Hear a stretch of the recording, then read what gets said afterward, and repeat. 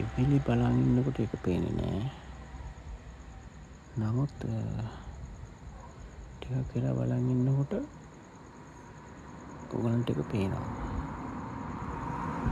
ඉතින් මුලින්ම ඔයගලන්ට මේ කියන පොඩි සමීක්ෂණයක් අපි දෙයක් කරන්න කියලා. ඉතින්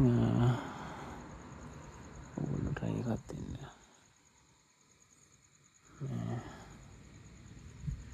සාමාන්‍ය ඒ වගේ පාළු වෙලාවකට 12ක් කිට්ටු වෙලා හරි 12න් පස්සෙත් හොඳයි. අමුතුම කළුවර තියෙන අමුතු තැන් දිහා චුට්ටක් බලන් ඉන්න.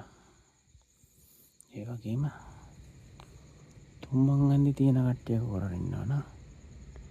ඒ තුම්මං හන්දි තැන්වත් රැයට පොඩ්ඩක් අවධානයෙන් ඉන්න.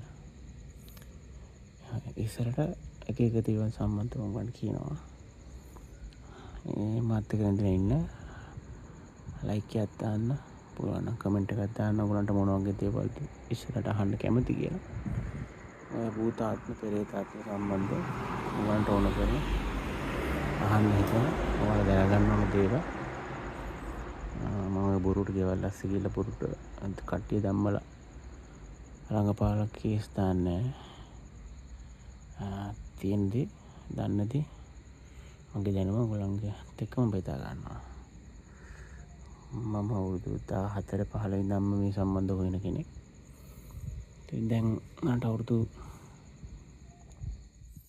18කට ඉස්සර කිට්ටු ඉඳන් මම එක දේවල් හොයලා තියෙනවා. ඉතින් අපි ඉස්සරහට ඒවත් එක්ක සම්බන්ධ වෙමු.